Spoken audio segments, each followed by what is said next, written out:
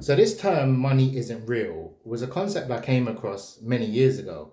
I think Professor Jang, Chris Saccar, many other people, even like people like Andrew Tate, have started saying this term "money isn't real," and I've seen many different versions of it to the point where I realized, okay, I understand this concept, but I didn't really understand it. And it seemed quite quirky. It seemed quite a nice concept. Money isn't real. But I never truly understood it. And I probably still don't understand it to this day. So the whole concept of it is, and where the value of this video is going to come in is you working towards this as you move up. So the term money isn't real is not the concept that money isn't real, it doesn't exist. It's the concept of how you think of it.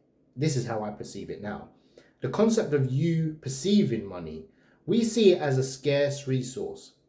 We must work, we must get a job, we must sort of, I don't know, you must build a business to earn money because it's hard to get. Actually, money isn't hard to get. We all know now money is printed out of thin air. It's worthless to the point where money used to work before. I'm talking maybe 50, 60, 80, 100 years ago. It's probably never actually worked well. Yeah, I'm talking pounds, dollars. And it's always had, now the killer thing now is we have sky high inflation.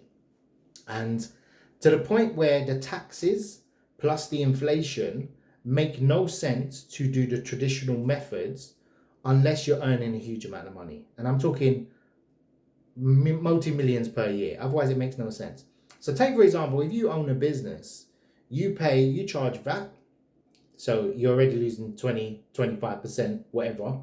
And you're paying your tax, let's say 20%, 19%, 25%, whatever it is. And you're already at 40%. Now, let's say you take some dividends out. Yeah, you take 100K out. You've got to pay on some of that. You've got to pay a higher rate of tax. So again, this is another 40%. So plus you're adding inflation onto that. You're actually at a loss. So you're not getting ahead earning 100K a year. And this is the concept of money isn't real because you're in a position where you're earning good on the face of it, but actually you're getting chopped at every single angle. And inflation is basically just the money supply is inflating, it's growing. So if everyone got $10,000 or pounds sent to them, what will then happen is the value that you have in your bank account will shrink in theory because everyone put their price up because there's demand, the money supply is inflated, it becomes less valuable. Everything that's scarce is more valuable. And the concept being money isn't real, I think our thinking has to change in terms of, okay, there's money and then there's assets we buy, houses, take for example houses or land. There's there's always going to be a finite amount of land, especially for sale. Property is still the same thing, gold, Bitcoin, um, some things that are scarce, like I don't believe the scarcity argument because there are things that are scarce, like for example trees, they're not as valuable. My teeth, for example, are scarce. There's only what 20, 30 of them in the world, but they're not valuable. No one sees value in it. So it must be a valuable asset that is scarce and it must be deemed valuable by everyone. So conceptually, money isn't real.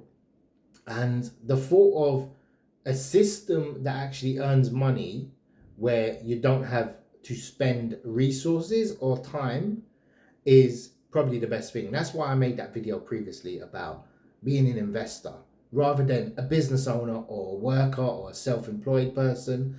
You must move to the investment circle, and that's where everything's going to move. Just personally, why I think that. And the concept of money is basically worthless. My life having 100K in the bank or having £100 in the bank, there's no difference to my life completely. And I thought it would change everything, and it didn't. It literally didn't. Money is certainly not the answer. And it can buy you nice stuff, but trust me, as soon as you get a bit of cash, what happens is you end up just buying what you need. You buy your houses, you buy your cars, you treat everyone around you, you make sure everyone's good. And then what you end up doing is you'll see it. Look around to anyone that has a substantial amount of money. They buy rubbish. That's all they do. And consumerism just ends up being a form of slavery. You end up buying things you don't need. I have stuff still in their boxes, still in their wrappers, and it doesn't matter. And just get to a level where you're comfortable is probably the best goal to do. All that stuff about fancy cars and stuff, you buy a new car and then 2 weeks later it's gone. So the concept of money, consumerism ends up being slavery, number one. And you're slave to the money and the concept of money being scarce when it actually isn't. You just need enough to survive. And I think that's a sense of me maturing, or people around me helping me mature, because there's more valuable things in life: family, friends, fitness, etc. That's what I go on. So look, I don't know the point of the video. I don't care if anyone watched it, but I wish you all the best and take care.